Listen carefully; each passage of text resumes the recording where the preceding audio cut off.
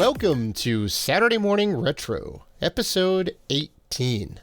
Before we start the show, we want to thank all of our wonderful fans who have supported us. And if you want to show support for the Rated G Network, you can find us on Patreon at patreon.com/RatedG4Gamers.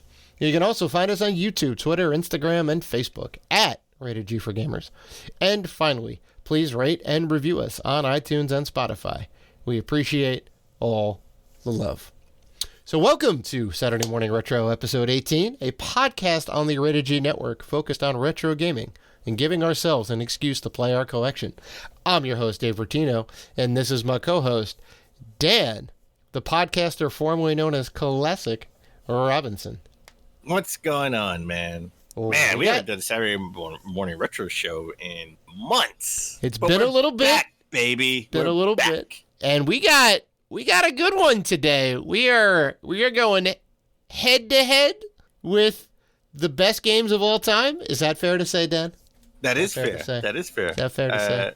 We have an awesome show this month. Okay, we're gonna dive deep in our backlog, but not too deep, because I'm gonna talk about Super Mario Brothers 3, and you're gonna talk about Super Mario World. We're gonna switch it up. We're gonna switch it up, and that's gonna be fun. That's gonna be awesome. I'm excited about it. I got a lot to say about Super Mario Brothers 3, but as we always start Saturday Morning Retro show this month in gaming history, I want to switch it up a little bit. Not talking about any type of game releases, even though I do want to give a shout out to Super Mario Brothers 3 because it was released February 12th, 1990. So it was a February game in North America. But 22 years ago today, the Nintendo 64 DD had amazing online features in Japan only, though. It was only Japan only. Yeah, so this system, I don't think ever came out here officially. They were planning on doing it with, a handful of games, expansion for F-Zero and Mario Artist, which was the sequel to Mario Paint on the Super Nintendo. And the disk drive did have online connectivity that you could sign up for. And they had a physical disc, which unlocked even more features for the online service. They had partnered with this company, RandNet, which I don't think is around anymore, but you could buy the RandNet disc. Not around. You could buy this thing called the RandNet disc, and, it was a cartridge, or I guess it was like the little cartridges, they were like big zip discs or whatever, right? Had a ton of extra storage on there with this little adapter thing, and if you hooked it up to your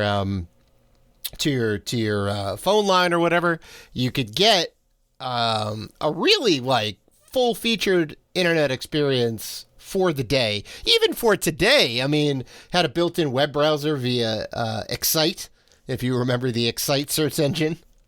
Oh yeah, wow. It had email, right? You could send email back and forth to different users. You could go on to message boards and chat with various people about, games and various topics and all that.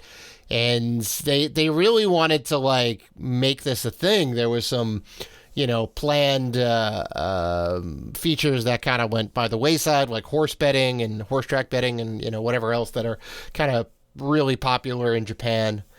Yeah. So basically it had more features than the Switch had. Yeah. It had downloadable content, I think before any other system, right? You could go on and there was some stuff for Mario Artist, and they were really going to do a lot with some of their releases, and right. R.I.P. RandNet, R.I.P. the Nintendo online service. I will say this: if you do want to pick up N64 DD, which was Japanese only, I think it didn't matter if I don't think it mattered if you had the Japanese version. I think it did work. I think it does work with the American console. Right, it's not region locked. Yeah. I'm not sure about that. Don't quote me on that. But if you want, I'm on eBay right now. The cheapest one I could find is for $1,500. That surprisingly is not that bad considering how rare it is. Yeah. They only made some money. It was only in Japan, right? There's a couple of prototype American units, I think, but they never officially came out. And Metal Jesus found a prototype American one. That's right. That's prototype right. Games. Well, we saw it in person. He brought it to PGRE, I think, right? Portland Retro Gaming Expo or PRGE? Oh, that's right. I don't know. I don't know if he had it by then, though. I don't know. Oh, maybe not. Oh, afterward. It was the Super Nintendo PlayStation system. Yeah, that's what. Yeah, that's that what was we down saw. on the glass. Yeah. Yeah. I thought the DD was there too. Maybe not. Yeah. Oh, you know what? No, that's not. No. I think it was at Long Island Retro Gaming Expo. I think. Oh, yeah. Okay. I sent it back to him, right? Okay. So maybe that's what it is. Oof. What it was. I mean, talk about one of the most stressful situations, right? If you have to ship something via any sort of UPS or postal service or whatever, and you're there with like this priceless relic of video game history, and you're entrusting it in this service to A, get it to where it needs to go, and to also not have it damaged. So when they ask you for the insurance, you say yes. all of it. I want all the insurance. All right. So Dave, I want to talk this. I've been waiting to talk about this for months. Okay? I'm super excited. I want to talk about our game pickups for the last few months. Months. Not the last month.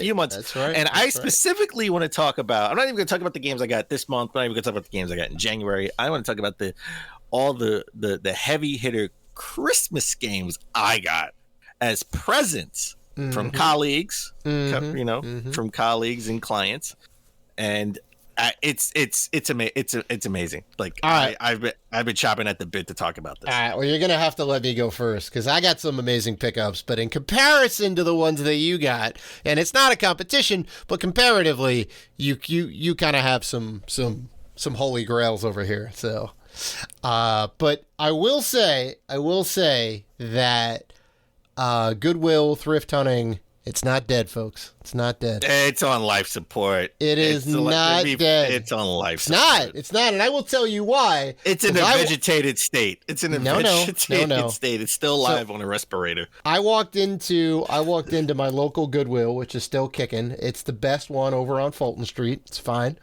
If you live in the five boroughs, you know about it. You've been there, right? I've been going there for like 15 years. I remember that. I remember that one when the entrance was on the other side of the building.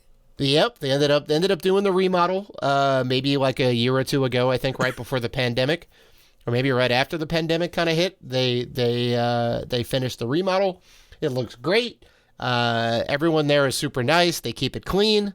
It's good stuff. But I just wanted to go through some of the pickups I found because, well, on two separate occasions, I found Blitz 2 The League. If you remember that game, it was a football game that used ex-NFL players like Jerry Rice, among other things. I think he was kind of the face of the game, right? So they would get all these old players like Joe Montana and, Phil Simms and whatever else, because they're not in the league anymore. They're not under the NFL Players Association anymore, so they don't have to wrangle that license. I think they individually have to go to each of these players. Hey, can we ink out a deal? Can we get your license for these? And they'll kind of sign off and say yes. So you could play as like all these ex-players as well as like randos to like fill out the rest of the team. And you could play, 11 on 11 football that was a little bit more gritty or wasn't necessarily under the NFL umbrella, which was cool. I didn't realize that Blitz 2 was like, pretty pricey for a 360 game, right? So like that was like kind of cool. I found that it was in perfect condition. I said, "Yep, I'm gonna go and pick this up."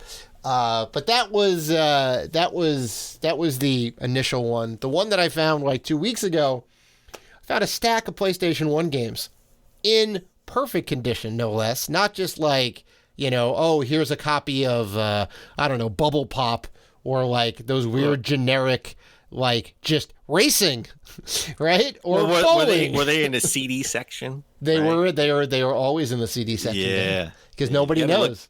Nobody knows, yeah. Yep. And sometimes you can get them for CD prices because people don't realize, oh, this is actually a game. And, you know, I asked, I said, hey, can I get these for the CD price? And they said, we can't do that. Like they knew they were games.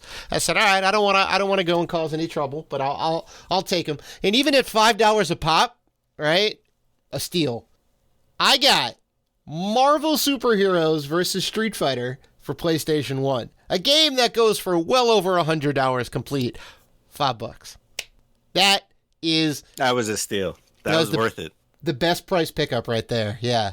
And then I also got Crash Bandicoot 1, 2, and CTR Racing. Ape Escape, right? And a Yu-Gi-Oh game as well. I think Forbidden Dreams or something like that. Didn't have the manual with it, but still, it did have the foil cover. It's a double disc. Had to pick that up. I'll find the manual eventually, piece it together. But also got Mario Tennis for the Virtual Boy, Telroad Boxer for the Virtual Boy. My first Virtual Boy games. Very excited for that. Yeah, Virtual Boy. Where did you find that in the store? Where was that? That was not a Goodwill pickup. That was from a friend who had some old games, and she's like, "Do you want these?" And the answer is always yes. Yes. Yeah. Like, do you want these? Yes. That's not even a question. That's just a statement. Is like, you can have these is what they need to say. You know, when do you want me to bring these over? Should be the question.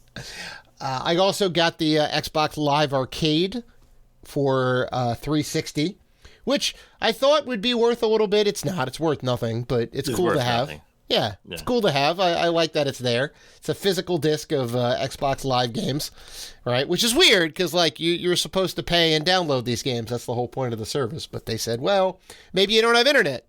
Let's go ahead and put, 5 or 6 games on a disc and, charge you the budget price for it. So I'm like, okay. SimCity for the DS, Final Fantasy 3 for the DS, and a sealed copy of Wii Fit Plus. I found a new thrift store in my neighborhood. When I was just kind of walking around, I was like, oh, here's a thrift store. They got a bunch of video games, some PS3, 360, and Wii stuff, so I cleaned them out. I got all that stuff. It was very nice person behind the counter. Super cool. I'm definitely going to be going back on the regular and to see what's what. Okay. Mm-hmm. All right, that's awesome. Mm-hmm. All right, listen, that Mario Superheroes versus Street Fighter. Awesome pickup. Mario Superheroes versus Street Fighter? Marvel. I was like, what is that game? Pickup. Well, that would have been a perfect pickup. That would have been a perfect pickup. I want that. I want that too, actually. That would be actually a good game. Super Smash. Listen, that's the next Smash Brothers game. Smash Brothers versus Street Fighter. That's the game that we all want. Smash Brothers. Okay. Wow, that'd be awesome. That would be really good. If Nintendo bought Capcom, that would be awesome. I mean, we're halfway there. We already got Ryu and Ken in Smash Brothers. So I mean, throw like Chun-Li, Dalsum, and M. Bison, you're good to go. Ah, come on, you gotta have Sagat in there too. Oh, of course, Sagat's my boy. So I did get Marvel Superheroes versus Street Fighter and X-Men versus Street Fighter. Oh yeah, both of them for the Japanese versions for the Sega Saturn. Yep. With the cartridges, by the way. So I got you need the expansion cart. Yeah, I got the expansion cart. So I did get those. Are like the best well. versions. Yeah. The PlayStation versions. Well, PlayStation version of X-Men versus Street Fighter is terrible. It is very poor performance, and they couldn't even get the character switching. You can't switch the characters on the fly because it had half the RAM of the Saturn, which I will give you. Saturn did have, I think 2 megs of RAM versus the PlayStation 1. Couldn't store all the sprite data inside the machine. So what they did was you could pick 2 characters, but once the first person got beat, then it would load in the second character into memory. Not to mention the loading of the battles took forever. It was a good 30-second wait to get into a battle. It was atrocious. Yeah. But so I got I picked up Castlevania Chronicles. Oh shit. PS1. Mm-hmm. Oh yeah, baby. Mm-hmm. That game is up there, well over $100. I had that in my hands. I was working at Electronics Boutique when that game came in, and it was a budget title for $20. Kicking Oh man, I meant $20. That's right. Because it was technically a remake, right? It wasn't a brand new game. It wasn't a brand new game. It was a remake on the PS1 of the original. I'm so happy to have that in the collection.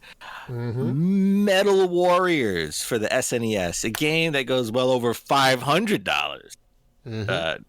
Cart loose, right? It's rare that you'll get these complete in box with the manual. So Metal Warriors is definitely one of those pricey games for the SNES. Love that game. Have that. Darkstalkers 3 for the original PlayStation, and Chocobo Racing for the original PlayStation. So those are definitely those are games, again, well over $100. This was surprising that this was over $100 too. You don't get a lot of original Xbox games over $100, but Stubbs the Zombie. Yep. Right. I have that complete in box in about, I would say, really good condition, about a 90, I would say, out of 100. Made by former Bungie, former Halo developer Jason Jones. That was his next game, Stubbs the Zombie. Yep. Then I got a bunch of NES games. I got the Jetsons, Chip and Dale Rescue Rangers 2. Yeah, that's the expensive one. Oof. And DuckTales 2. Oh, the NES. Oh my God.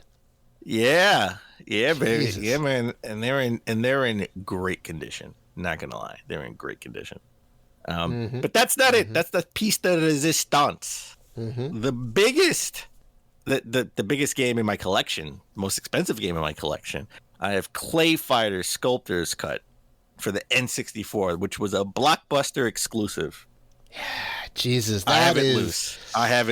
This game goes well over $1,500. Yeah, that's the one, man. That's the big one. Well, not that the other ones aren't big by any means. They are. They're all like 100+ games. Sculptor's Cut is like, woo! You gotta put that in a vault, man. You gotta get a vault. You get a little thing at the bank, right? You get a little key, and you say, "Hey, I wanna take a look at my investment. Can I?" Right? And they'll have it in a temperature-controlled vault. Well, it's no stadium events. No, but I mean it's up there. You know, you don't want anyone touching that. Like I would be a little bit worried taking that in my hands and taking a look at it. I'd be like, I don't want to ruin it. I definitely want to have like a glass case to showcase a lot of these games, right? They're pricey games. So most of these were gifts, Christmas gifts from colleagues and clients. For a year well done, right? Job well done for the last year. And it's like, well, what do you want? Here's the budget of what I want. Do you want liquor? Do you want this? Do you want that? And I was like, no, I want video games. Okay, so if you're gonna spend $2,000, this is what I want. All right. So I'm just happy to have them in a collection. I marvel over them, and I will put them up on display when I get my new house eventually, because I definitely don't have room in my current house.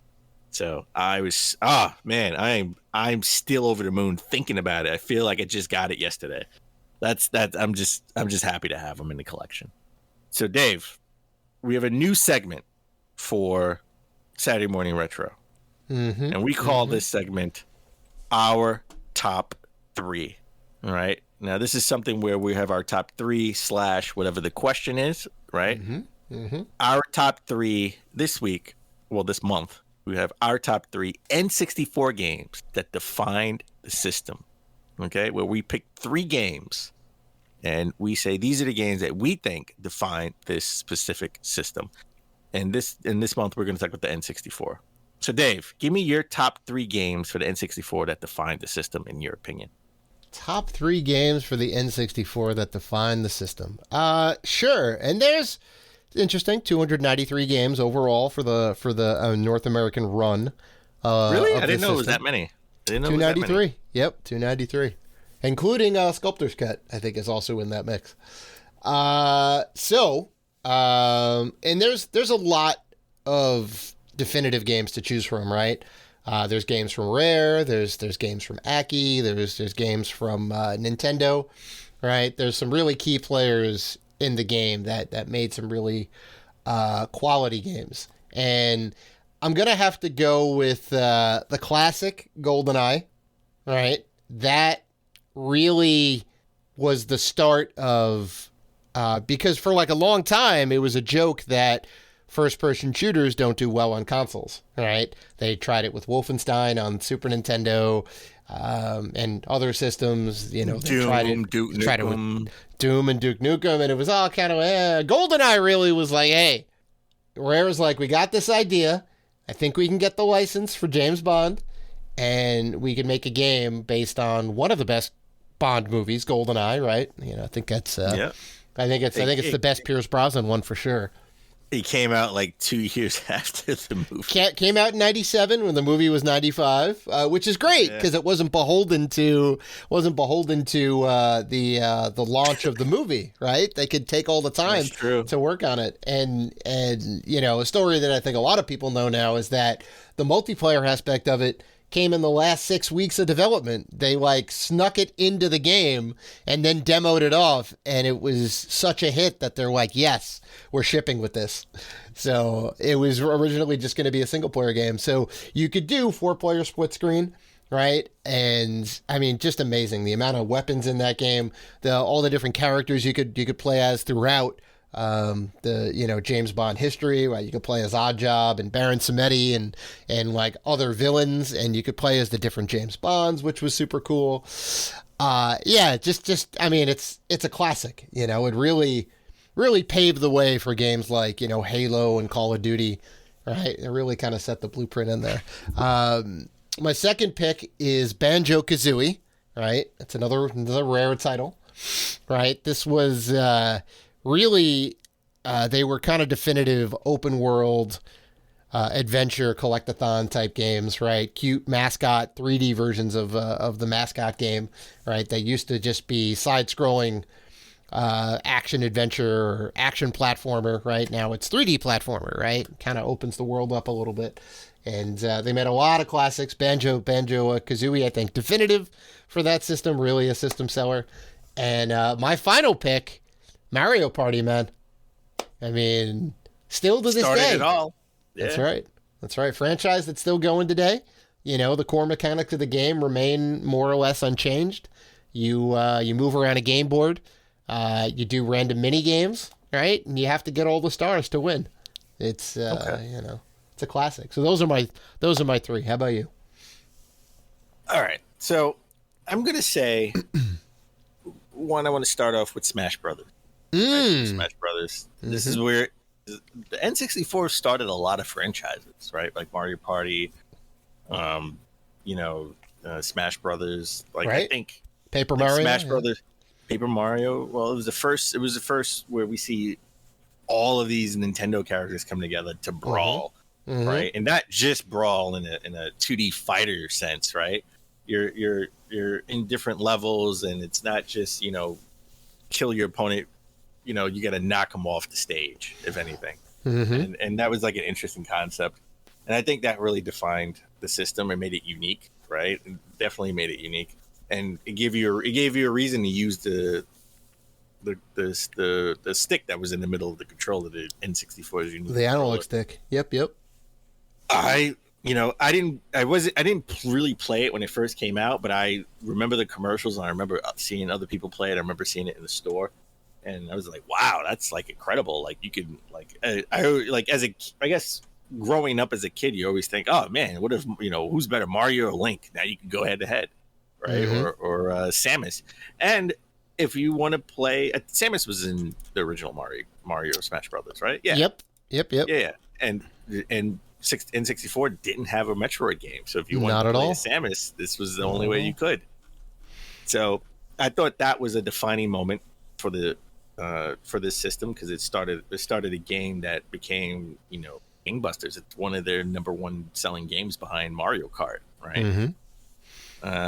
And then I want to say WWF WrestleMania 2000. Now I know what you're saying out there. No Mercy was better, and I'm not saying it isn't better. In my heart, WrestleMania is better in my heart because I have nostalgia for it.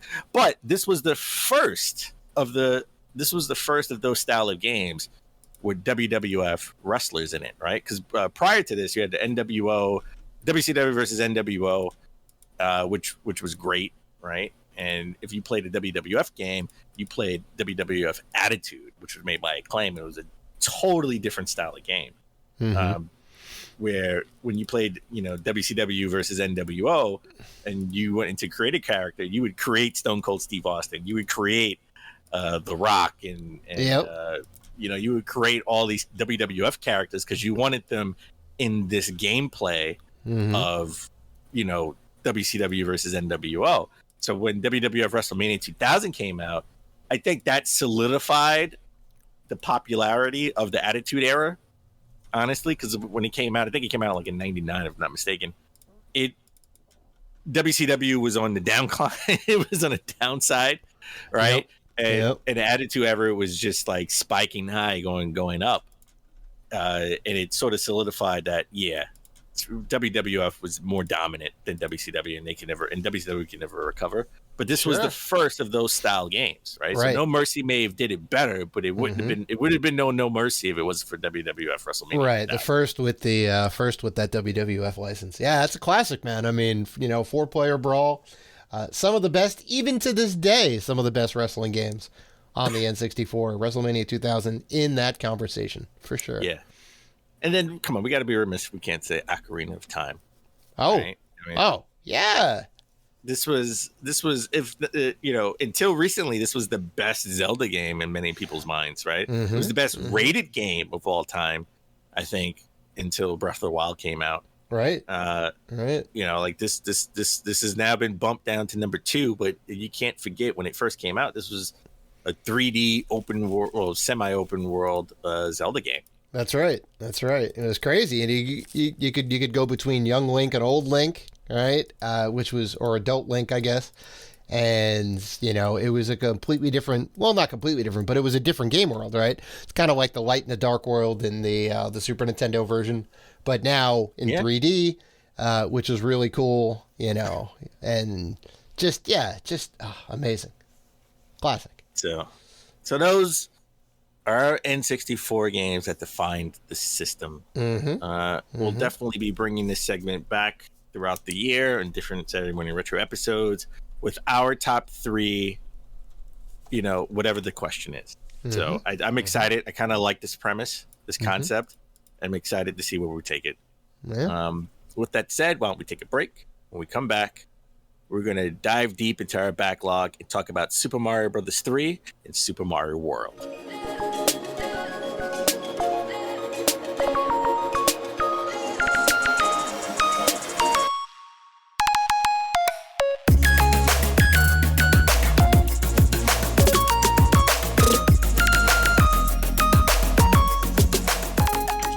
And we're back.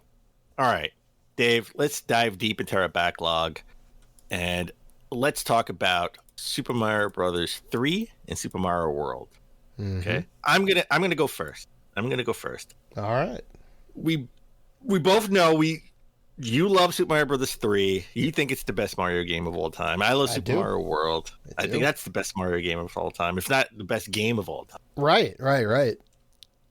And I know you have your notes up. I haven't read them yet. I don't know where you're going to go with this, but I just want you to know I do love Super Mario Brothers 3. Okay? I'm just going to say it off the back. I have fond memories of this growing up. It was an amazing game.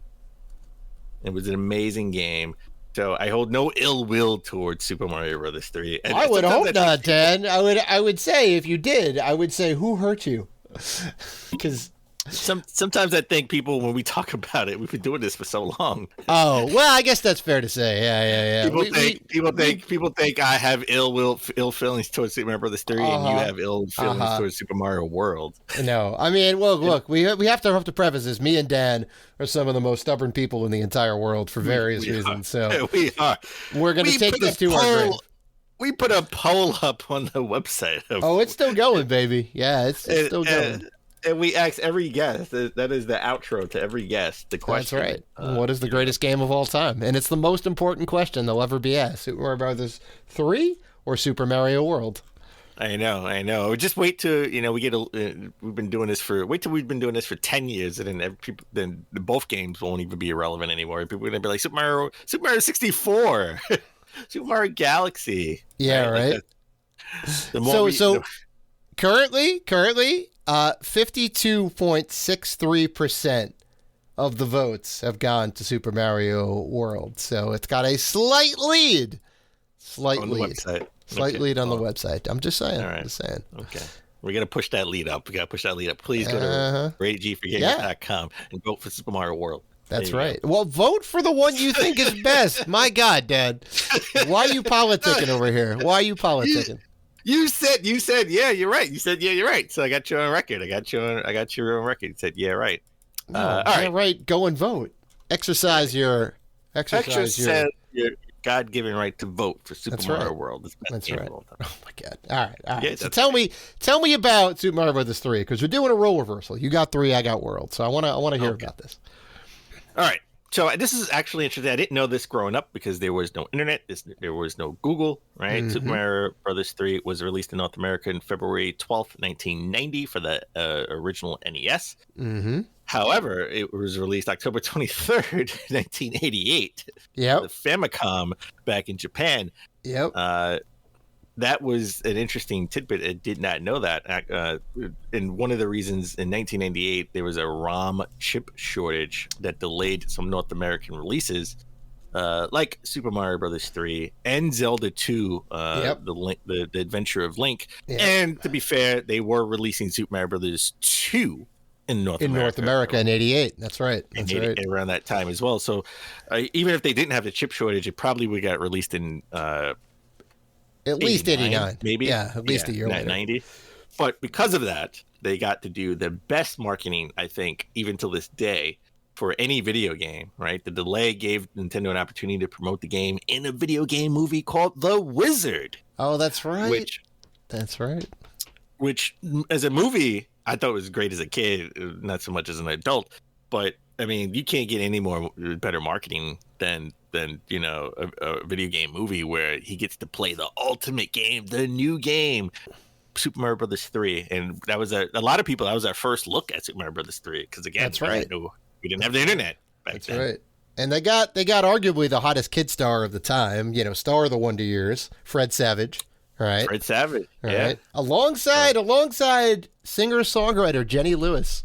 She had a short-lived acting career before she took some time off and then came back as a indie rock star. So that's real interesting to see her like back in the day acting. Like she was like legit one of the main actors in this movie, as well as the little kid who goes on a quest to play in the this Nintendo World Championship, right? Yeah, it was the Nintendo World Championship. Nintendo World Championships, where we got Nintendo World Championship carts, which are 10 holy grails of any. Oh my God, yeah. Speaking of holy grails, Jesus, at least 10 grand. So, yeah, at least 10 grand. Funny enough, Nintendo can devalue that if they wanted to, because apparently there's a warehouse of Nintendo World Championships that they have just sitting. No, there. Really, I did not hear that. I did not hear that. Yeah, there are thousands of these games that they printed out just because they didn't know.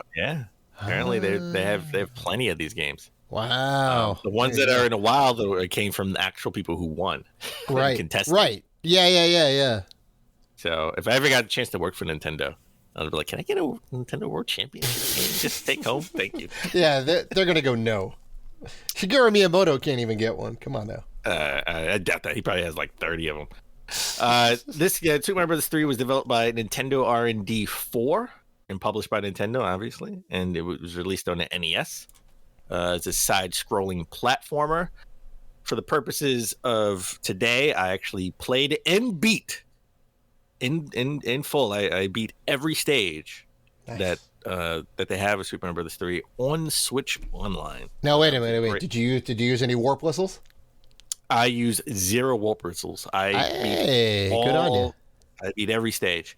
Good on you. So a little background on this. They began development shortly after Super Mario Brothers 2 in 1986. Mm-hmm. Right, Miyamoto served as the director, and this is looked upon as the true sequel to the original Super Mario Brothers. Because you remember, a little history lesson out there for your younger viewers or listeners.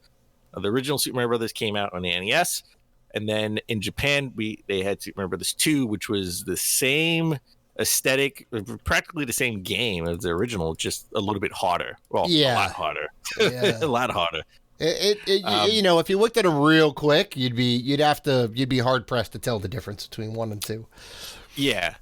And Super Mario Brothers 2 in North America was just a skin of Doki Doki Panic that was in Japan on the Famicom disk system. So this was considered the true sequel to the original Super Mario Brothers. You know, the game was actually designed to appeal to players of various skill levels to assist less to no skill players or to players who really wanted a challenge. So, you know, again, this was sort of in between both the original Mario and Mario 2, where they didn't want to make it too hard, but not too easy, right? So I think this was their attempt to make something in the middle, right? That it could appeal to the Japanese audience, which liked really hard games, and appeal to the North American audience, which, you know, didn't like to have that much of a challenge, a la Dark Souls. You know. Wow. Oh, hey, Dark Souls dig. All right. Just saying. No. It's, you know, game accessibility is very important. Making a game that is accessible to everybody, that's fun for everybody, that's like good pick up and play. You know, that's the secret sauce right there. All right. That's especially back in the day. And I want to say that this has the most iconic box art of any game, right? Yellow background, Mario flying through the sky with the new power up, which we'll discuss in a minute. And I think the yellow background is what really made it, right? Because like a lot of game box arts back then were blue, black, purple. You know, like the yellow was an underutilized color, right? The only other yellow box art I can think of would be the classic series Metroid re-release, right? Oh yeah, it wasn't a very common. Yeah, it wasn't a very common box art color for sure. So, and you know, also not to mention that a lot of the early Nintendo games had the exact same box art style, just with the little pixel art in the middle swapped out and the name of the game swapped out. So, you know, you look at like, I don't know, Gyromite versus Pinball versus Popeye versus Mario Brothers. They all look very similar. This was like a big departure. Yeah. Correct. Yeah. You know, this was a similar story to the first one where, you know, the princess has been kidnapped, right? The Mushroom World, he's still in the Mushroom World, is invaded by the Kooperlings and Bowser and his 7 children. And it was kind of weird because, like, Bowser has kids. Like, this was, like, an exciting thing. Like, Bowser has kids. I remember talking about this to a friend in school. I was like, Bowser has kids. Like, this is crazy. The Kooperlings conquer each of the 7 kingdoms of the Mushroom Kingdom by stealing the king's magical wand and using it to transform each king into a specific animal, right? And Princess Toadstool sends Mario and Luigi to travel to each kingdom to retrieve the stolen wands and restore the kings to their normal form. This was made. Miyamoto put an interesting spin on it, where he made this into a stage play, kind of, right? Yeah. And that was kind of interesting because, you know, Mario 2, spoilers for the ending of the Super Mario Brothers 2, that was all a dream. Right, like that was they made that all a dream, and this is a stage play, so it's not just a video game. It's a video game with the interesting twist, interesting hook to it, and that's the one thing I like about like Nintendo games in general. They like to, you know, have these little interesting nuances in there that just make the game, you know, I hate to say, I don't want to say interesting, but more interesting to play, because the opening scene, it looks like a play, like this is all a play. Yep, and you can kind of go, like, when you get to the end of the level, right, it like cuts off the game world, like it's like you were playing in front of an audience. Yeah. So that's cool. Super interesting. So, from a gameplay perspective, I want to say the first thing you notice when you play this game is that the controls are tighter, right? You can, you know, you have the best controls for, you know, any platformer when you're playing with Mario or Luigi. Like, they're definitely tighter controls. They went away from you know, from Mario 2, where every character had a distinct sort of Special gameplay, ability, yeah. special ability, jumping and Yeah. stuff. Where Mario and Luigi essentially play the same Right. in this game, but controls are definitely tighter. This is the first Mario game that has sort of like an overworld map. Yep. Okay, so that was awesome. As a kid, you get to see where you can go, and you can deviate too. Like you gotta every game. There's a mid-level boss in a haunted house, right? And then you have the final boss. You see where you have to go. Where you have to go to the castle to beat the Cooperlings, and that's the goal. Like that's the goal at the end of the map. But you can deviate. They have some deviations where you can go and do.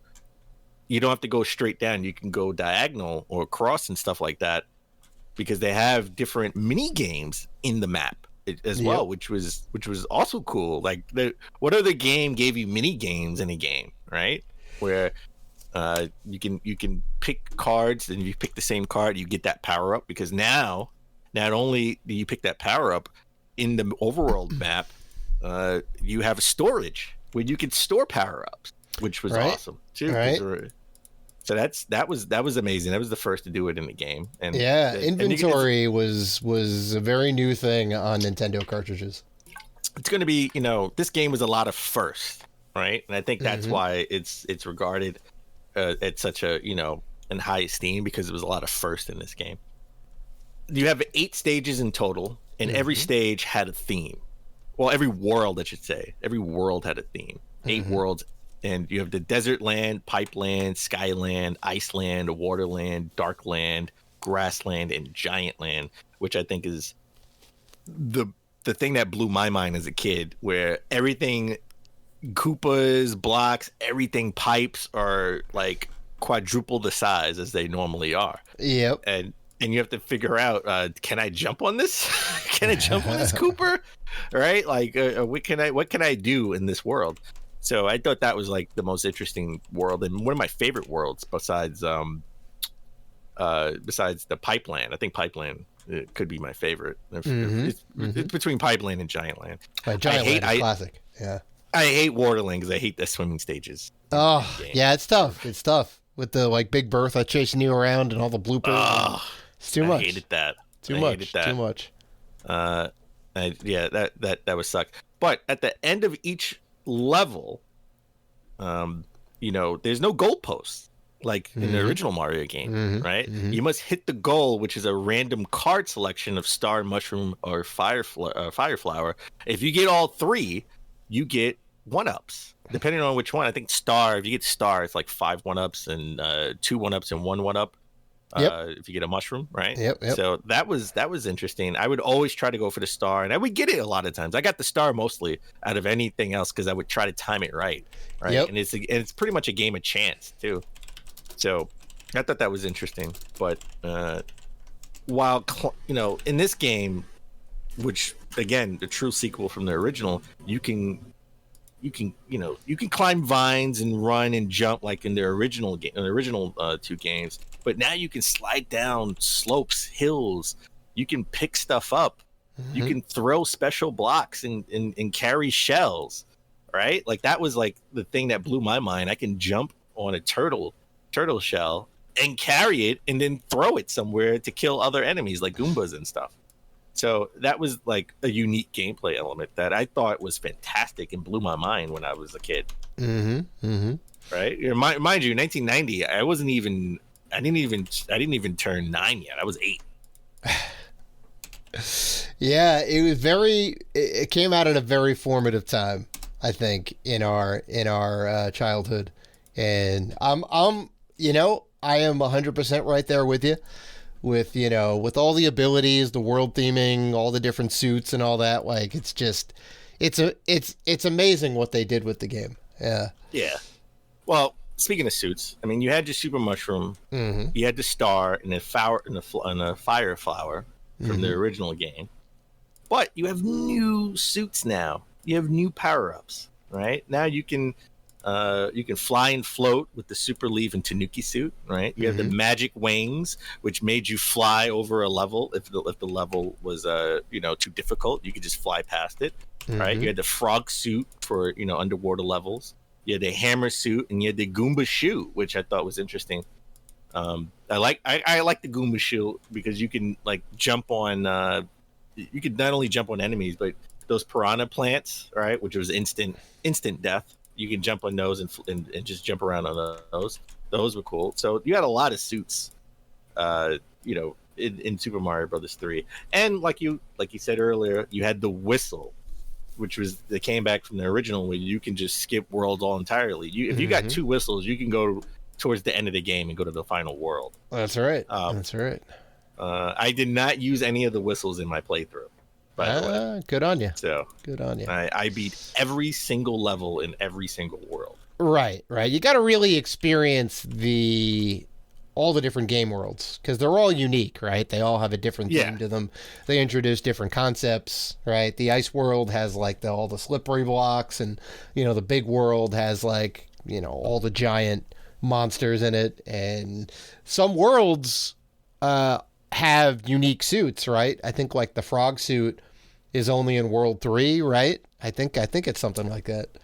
Well, a lot of stuff was only in certain worlds, but if you had, like if you did some of the mini games and you keep them in the inventory and you got them in the inventory, you can use them in other worlds. Mm-hmm. Mm-hmm. The only thing that I think you didn't get in the inventory was the Goomba shoe. I think the Goomba shoe you can only use in that specific world, if I'm not mistaken. Yeah, I think it's just in that one level, to be honest. Yeah. Which I got to be honest, which is a travesty. Like I should be able to use that in any world. Right. That should have been a true power up where I can get that and put that in my inventory and use it if I want to. Mm-hmm. But I think the thing with that is all the power ups, for the most part, you are, you're a you're an adult Mario, and then you're, like if you get hit, you're no longer adult. Like you lose that power up, and you're still adult Mario. With the Goomba shoe, you could be small Mario, adult Mario, doesn't matter. You can get in the shoe, right? Like having the shoe doesn't make you adult Mario, and I think that's probably where that came into play. Where it's like, well, if we gave him the adult shoe, he could, and he doesn't have a mushroom, he still could be a small Mario, right? Yep. And what good would that do in later levels? I don't know. I'm being an armchair developer right now. I don't know what they were thinking. I think I just love the Goomba shoe, and I wish we could have used it in more levels. All right. So I think the music in this game is iconic thanks to Koji Kondo, right? Like that opening theme. I think it has some piano elements into it. Like that. Mm-hmm. That's an iconic music, and I think people our age, as soon as we hear it, we know it's Super Mario Brothers 3, right? Yep. Like I can't speak for younger viewers. I don't know if they've experienced these games or not. That's always the risk as time goes on. They're lost, right? Where other people of generations, other kids of generations don't get a chance to exactly play these games. Because I can't tell you the last Atari game I played or Atari theme music I know. Yeah, well, there's very, very limited music in those Atari games. I know. So, but I think the music is iconic. I love the music. It's recognizable to people of our generation. If we just hear it, we know it's Super Mario Brothers 3. Mm-hmm. Graphically, I thought it was fantastic. It definitely was a step up from the first one. The character graphics were created with a special graphics machine. The character generator computer aid design that generated a collection of graphical shapes used in the game. And as a side note, there's a lot of hidden secrets in this game, right? Like more so than the first one. But the best one the first one I knew about, and the best one I think is in a certain level where you just hold down on a platform. And you go behind this. You hold down on a platform for 30 seconds, and you go behind the scenes. Oh, that's right? in the first level. Yeah, there's a certain thing you can and you can fall behind the stage. Yeah. No, I think it's in the first world. I don't think it's the first level though. I think it's like the third level. Right. Third level. Right. Yeah. And I knew it by memory as soon as I saw it. I was like, I think this is where I got to hold down for like a minute. Yep. Oh. Yeah, it's classic, man. I mean,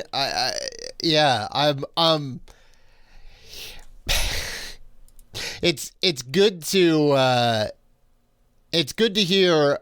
It's good to hear another take on this, right? Kind of, because I mean, you can have the nostalgia goggles on a game, right? And you can go, oh, this game is great. I remember it as being great. It, it's like a classic game. It's, whatever. And then sometimes you go back to it and you're like, wow, this isn't that great. But like for a game like Mario 3, I go back to it every time and it's like, yeah, it's amazing. It's amazing. It's amazing. And it's hard to find negatives about it, but it's good to see someone else coming in. And there's some things that you dropped. Like I didn't know about the, how the character sprites were kind of created. I thought it was, traditional graph paper and whatever else. Then they'd, meticulously kind of put all the pixels together to make some art. But, that's kind of cool. And it's, I guess it's good to see that you can also go back to the game, enjoy the game, get a good experience in it, and come away with some different thoughts. The thing that I was most excited about was the various different stages in the world. Like I knew when I was going back to this game because we were going to do this topic on the show. Right. I specifically said I'm not using a whistle. I'm not going to find. I found the whistles. Right. Okay. I did find the whistle. Well, you got to get them. Yeah. I got to get them just because I was like, oh, I think it's over here, and I was right, and I didn't use them, but I wanted to beat every single stage. You can beat the game without beating every single stage because, like I said, in certain worlds you can deviate from a path and not go straight to the castle, right? To the Cooperlings. I made it a point to beat every level in the stage. Nice. In every level in the world. Okay. And I was so excited to like just play the giant world, the grass world, the pipe world, which I think is, again, like I said, I think it's one of my favorite worlds in any game. The themed worlds in any game. And I thought the cool part was when you get later on in the game in like the dark world, which is Bowser's world, you have jumping lava. I totally forgot about that, and that threw me off. That's right. That threw me off. I actually got killed because you see it and you're not realizing it's going up instead of down, and I jumped thinking it's going to go down, and it went up and it killed me. Right. And then I was like, oh yeah, that's right. So they trick you somewhat later in the game, and honestly when you get to the dark world, that's where some of the challenging points come in, for hardcore people who like that challenge, especially when the Bowser Brigade, as I call it, is going through. There's a lot of levels with the Bowser Brigade you got to beat. But for people who don't want that challenge, who don't want that, who aren't on that skill level of platforming, you have the magic wings and you can just fly past it all and not have to deal with it. P-wing, baby. Yep. Yeah. I got to say, this game isn't perfect, no matter what. That's tell you. That's the thing that I'm curious about. Like, what was kind of like I don't know about this bit or something that just specific. Speaking of the Bowser Brigade, when there were too many enemies or cannonballs on the screen, I got a lot of screen flickering.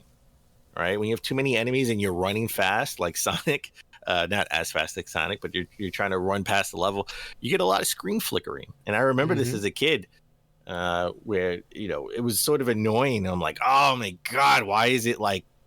It's sort of like in my mind I thought it was like semi-pausing, but it was like screen flickering because it can't handle all those characters on the screen all at once. Right. And it really happens when you're in like a Bowser Brigade or a ship, and you're in a ship trying to get one of the Cooperlings, and you're getting all these cannonballs, and you're not scrolling left to right, you're scrolling left to right, up and down on the ship. So when you're scrolling up and down and you had all these cannons, you can get a little screen flickering, which was annoying. I do think there were too many power-ups, to be honest, that some serve the same purpose as others, so they serve no purpose, in my view, right? You have the Tanuki suit and you had the super leaf for the raccoon tail, right, which served the same purpose, where you can fly and float. I think the Tanuki suit itself was irrelevant at this point because you have the super leaf. Again, we talk about the Goomba shoe. It's only used in one stage. What's the point of having it if you can't use it throughout the game if you choose to? right? And I know we didn't have speedrunners back then, but if this was a game that came out today, it would be somebody who says, I want to speed run through the game in a Goomba shoe. Yep. Right. The frog suit had zero purpose if you weren't in the water. In the Waterland. Yeah. So I think there were so many suits, there were so many power-ups, but no thought to using them in any other stage or level of the game. Mm-hmm. So you got that. And I think, honestly, the levels are kind of short. They're short and sweet. They are. You kind of get in, get out. Right? Here's a new mechanic. Yep. Yeah, and again, maybe that's because it's sort of like a stage play, get in, get out, right? That same theme. Mm-hmm. I wanted more from the different stages, the different levels. And I know there are a lot of levels comparably to the first game, right? Because that's the only thing at this point I can compare it to, right? Which sort of made up for the short levels. But I wish some of those levels, especially the levels that I really liked, were a little bit longer because they could just be too short. And I still hate that. I hate that angry sun. I fucking hate that. The one in the desert world, right? That's in that one stage. That goddamn angry sun. I really do. Luckily, actually, no, it's in two stages because it returns in the dark world. I think one of the levels. It does. Yeah. I hate that angry sun with a passion. I hate that motherfucker. Yeah. No, the dark world, and you have the tornadoes, and you have the Goomba. It's the challenge. Right? Yep. So, I hate that angry sun. Does this game hold up today? You damn right it does. It is that's right. Easy to pick up and play and get into it. That first level, every first level of any Mario game tells you exactly what you need to know to go through the rest of the world, right? And that first level is still iconic. You get the mushroom, you have the shell, you can stomp on it. You can pick it up because it doesn't go down, right? Before you would step on it, it would just go side to side, and that's it. Now you step on it, it doesn't move, and you can pick it up and you can boom kick it, and then you get the super leaf, right? And then you can run and fly and learn to float. And it is super easy to pick up and play. We can't really do a review roundup because it's no Metacritic at this time. However, well before Metacritic. Yeah. However, I do want to pick two top 10 outlets. Nintendo Power Top 10 back in the day listed it as number 5 best games of all time. And remember, I think the top 100 came out in 95. If I'm not mistaken. So Nintendo Power listed it as the 5th best game of all time, at least Nintendo games, right? Because I don't think they picked other non-Nintendo games in that list. And IGN Top 100 now, as of December 2021, list this game as the 11th best game of all time. Yeah, that nobody. Well, sorry, go ahead. No, I was gonna say, but all of those scores don't matter. The only score that matters is my score. Oh. And I will give this a 10 out of 10 masterpiece. Nice. That is a 10 out of 10 game. That is definitely good to hear. Some 40 years later almost, right? 30 years later. Yeah. 32 years later. Yeah. And if you want to buy this game, which you should buy this game if you don't have this game. Oh yeah. You can buy it at Lukey Games loose, because it's going to be hard to buy it complete in box, for about $21.47. There you go. One of the best-selling games of all time. Lots of copies out there. Easy to pick up and get. Get yourself you got to have this in the collection. I mean, you have to. Love it. So, without further ado, I did the Super Mario World, the Super Nintendo sequel to Super Mario Brothers 3. Now, in Japan, it was called Super Mario World : Super Mario Brothers 4. So they were continuing the same lineage there, but for all intents and purposes... Wait. I wonder what they called Super Mario World Yoshi's Island in Japan then. Was that Super Mario Brothers 5 Yoshi's Island? Oh, yeah, geez, I don't even know. We'll have to look that up. Right, yeah, because here it was Super Mario World, or Yoshi's Island, Super Mario World 2.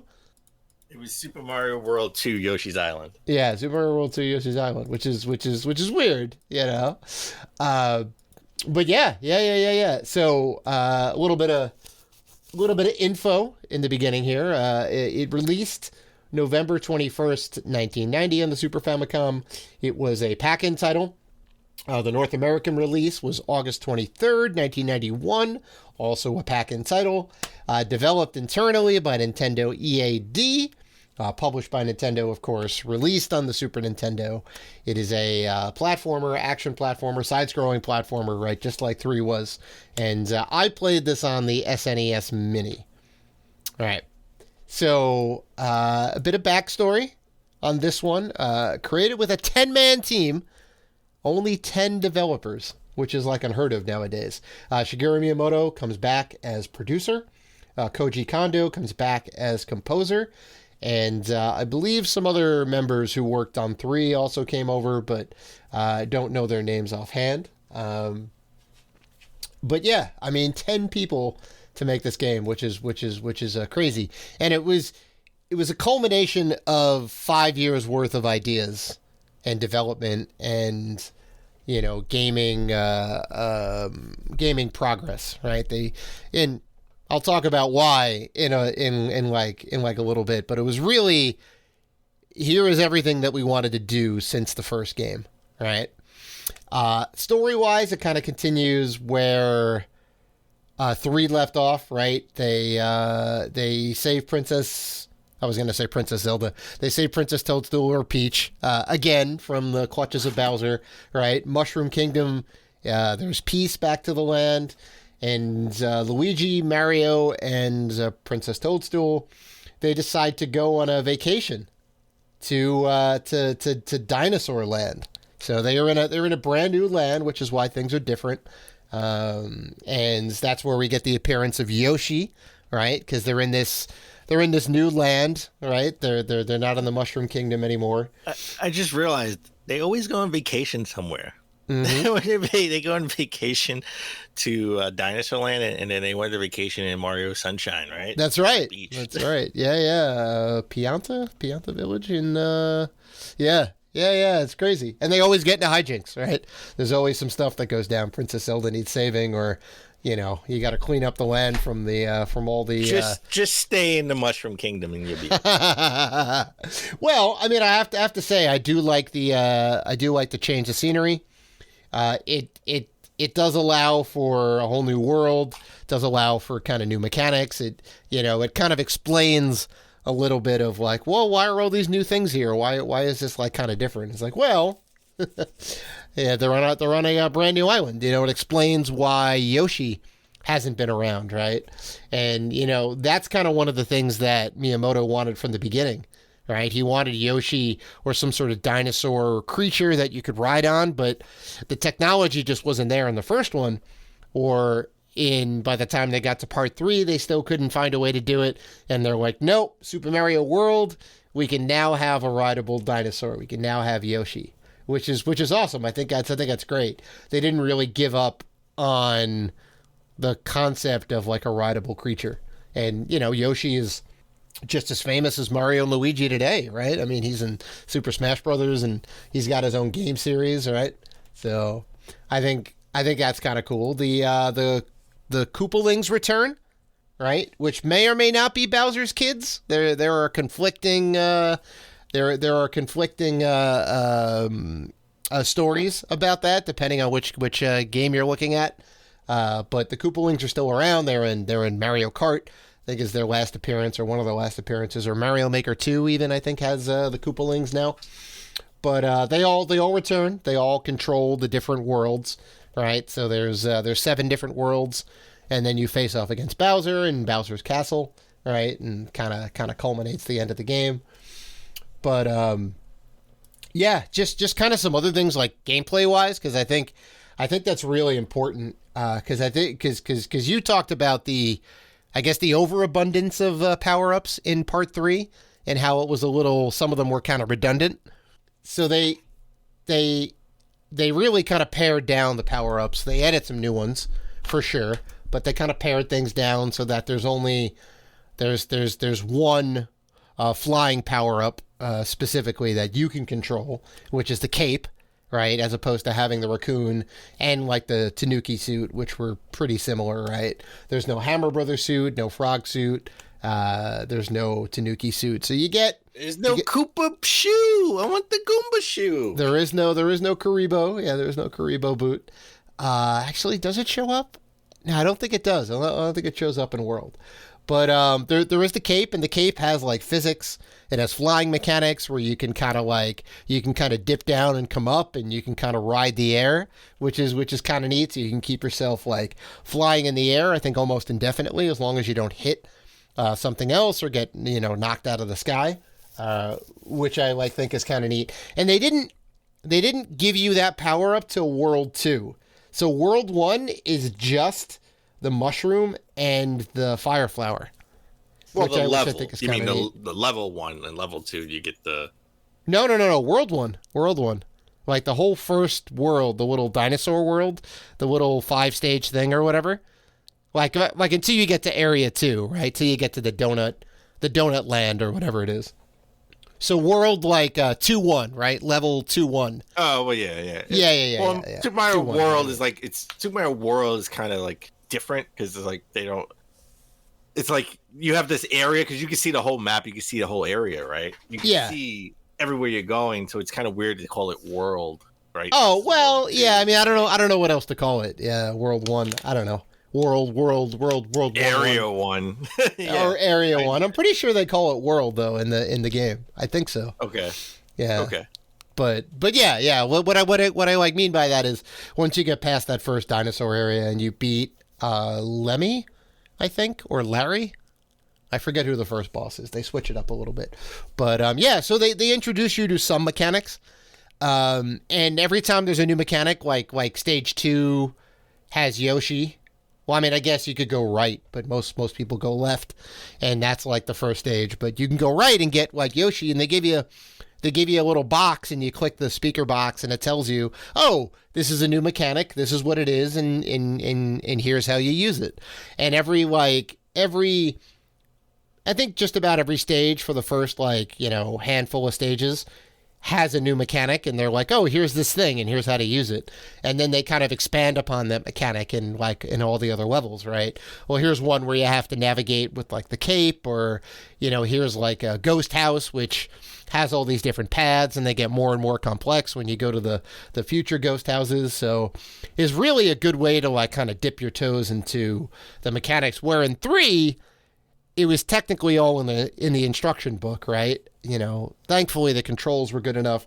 You could kind of intuit what to do, but this one explicitly says like, oh, this is this thing and here's how to use it. You're going to need to use it later on in the game. So, they give you like an easy area to kind of like work out what it is, which, I thought was ingenious. And yeah, I mean, we kind of talked about the game World, where in 3, they were separate scenes, right? You go from World 1 to World 2. They were only connected by the fact that 2 came after 1, but in this one, it's all kind of interconnected. So they kind of play around with that too, right? You can warp around to different areas if you get to like the star zones. You can find different paths to go. If you find like secret exits, it can open up different areas, so you can go around the world in different ways. Like that's like super cool. They don't. Well, just to confirm, they don't call it World like World 1, World 2. Like each world has like a name, right? Yeah. Well, yeah. Land, and then you're in like donut. You're in a donut plant. Like you're in donut world. Yeah. So. Donut Land. Yeah. I guess they call them lands. Yeah. Vanilla Dome, right? The Butter Bridge. Yeah. Yeah. Yeah, and they're all like food themed too. That was like kind of the thing. Like most of them are food themed. I kind of want donut now. Now that I'm thinking about it, I kind of want a donut now. You kind of want a donut? Oh, of course. Who doesn't want a donut? Who doesn't want a donut? I'm gonna diet, that's why. But so yeah, and like I know you spoke about with 3 how the levels were very short. They were kind of bite size. Get in, get out. The levels in World are a lot longer.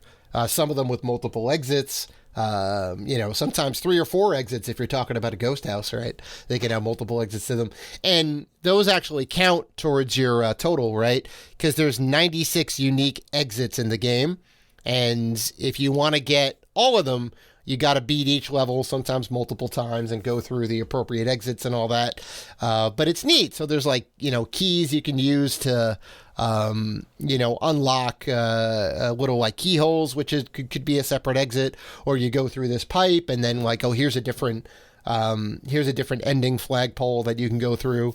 So that was kind of cool, right? It takes more than 30 seconds to go through a level.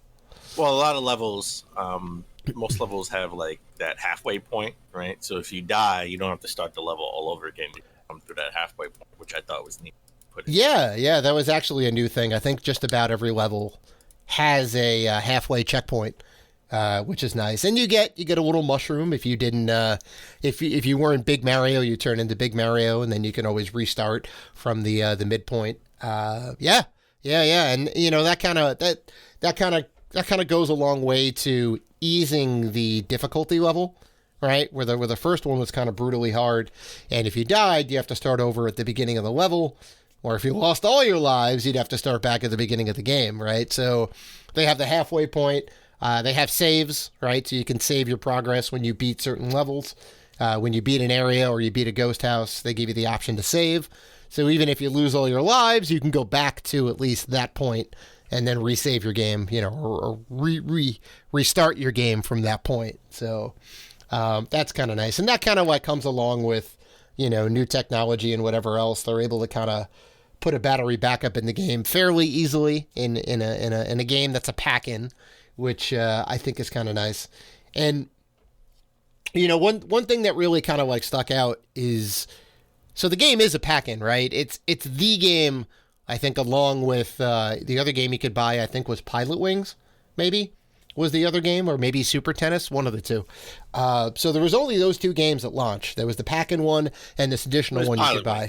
Yeah, and then it was Pilot Wings. So funny enough, Super N64, Pilot Wings 64, also Pilot Wings 64. Yeah, and Super Mario Brothers 64. Right. That's right. So they really kind of had to present the Super Nintendo, like this was the showcase game. So they went all out on like, this is what the Super Nintendo could do. So you got alpha transparency, right? Especially when you're in the ghost houses and you see the ghosts in the background, they kind of blend, you can kind of see them like half transparent, which is like kind of awesome. You get the really cool mechanic in the boss level of World 1, where you can jump on the chain link fence and then you can spin around to the backside. Right? You get all the parallax scrolling, which granted 3 had some parallax scrolling, but there was, 3, 4, sometimes maybe even like 5 layers of scrolling in the background, and they would come by and like, at like different speeds. So it felt like there was depth to the level, even though it was like a flat, 2D game. So that was like kind of cool. There was some mode 7 scaling, sprites would kind of expand in and out and spin around and all that. Really kind of, you want to buy the Super Nintendo, and this is why. Like, this is what it can do.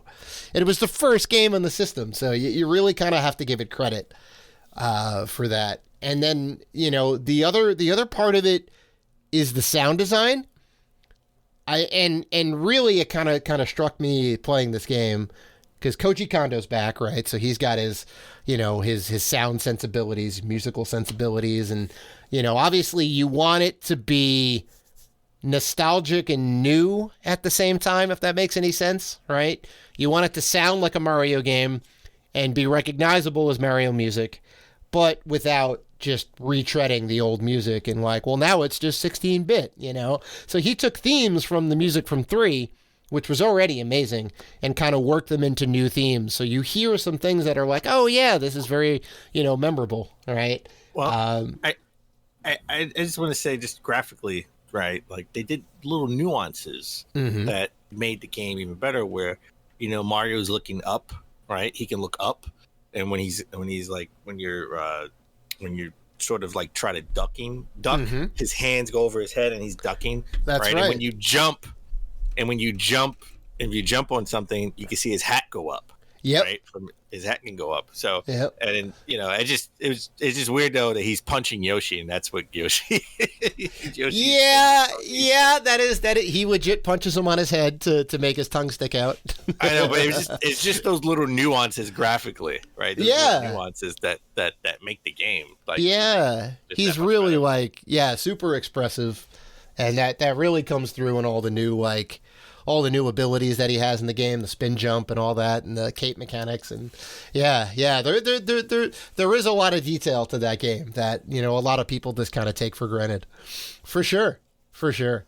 And I do love that when you get Yoshi and you jump on Yoshi, it adds an additional layer of music. It adds the bongo beat to whatever stage you're in. It adds that bongo beat underneath, which is incredible. And then when you jump off or lose Yoshi, the bongo beat goes away. So he is incorporated into the music track, but only when you ride on Yoshi, which is, oh my God, it's incredible.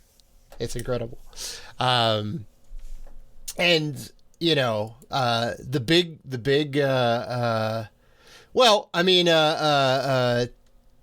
to get into a little more, positives, negatives, because there are some, but this game is a classic, right? You pick the game up, you get into it. I mean, I've shown people or friends, kids, or whatever, what's the thing that most excited you about this game? What do you love about Super Mario World? That's the part I gotta know. Well, it's easy to it's easy to pick up and play. Like, you can give this game to anybody. They'll pick it up and go, okay, here you go. And you don't have to tell them anything about it. They'll intuit how to do it. And the things that are more complex, they'll kind of tell you how you go. So I think the ease of pick up and playability, and it doesn't take long to get back into it, right? I was back in the game pretty quick, busting through levels, finding all the secrets and all that. That coupled with the balance of old and new, right? Because, when you get to, if you want to talk about some of the later Mario games, some of them rely too much on the nostalgia factor, and they don't add enough new. But the fact that there's the balloon power-up, the Yoshi wings, Yoshi itself, the new cape with the cape mechanics, right? They added enough new in the game, as well as all the new level features and whatever else, the on-off switches and the little buzzsaws and all these other really cool things. The fact that you can now toss items upwards or toss Koopa shells upwards. You could usually, in 3, you could just pick them up and kick them forward, but now you can toss them upwards, and you can also put items down, right? So they stay within the game world, which is super cool. And that's really it's kind of building upon what 3 started. And you could use Yoshi, right? Yep. You can catapult yourself. That's right. You could sacrifice him. You could sacrifice Yoshi, yeah, to get to a secret exit or a high up pipe or something like that. Yeah. And and even if you get hit, Yoshi stays on the game world as long as he doesn't fall in a pit, right? So he'll be there. You can go back and get him again. Well, he will run if you get hit while you're on it. He will run away. You have to go back and jump on him. So tell me what are your issues with Super Mario World? There's not much to say, I would say the biggest thing is the challenge. It's a little too easy for my tastes. But whoa, too easy? Oh yeah, man, come on. Okay. Come on. All right, go ahead. I remember back in the day when I got this for I got this Christmas '91 with Super Tennis as well. My parents bought me the good stuff, and I remember playing it, and I beat the game. I don't know, in a week maybe even a little less than a week. I beat it pretty quick, and I got through it. I didn't beat all 96 exits. I didn't get to all the Star Road stuff or everything else, but I got to a good amount of it. I got to Bowser's Castle. I beat him fair and square. So the general standard game loop isn't that crazy hard. They kind of offset that by the Star Road stuff and Special Road, right? Where there's some really tough stuff.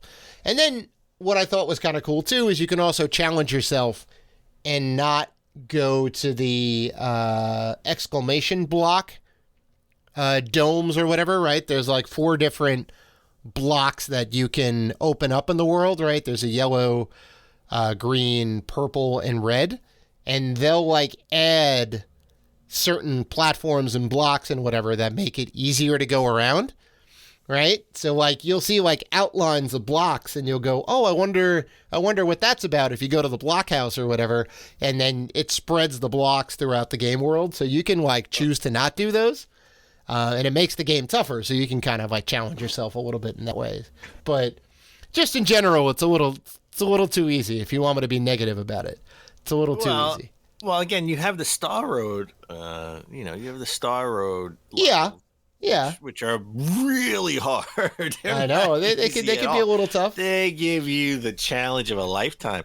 Those are really hard levels for the people who want to challenge. So, the game itself, I think, wasn't as challenging, but you have that challenge in sort of the special levels of like Star Wars. Yeah. And again, it may just be me in this it may just be 12-year-old me in this case or whatever, but I was like, this is my game. This has to be.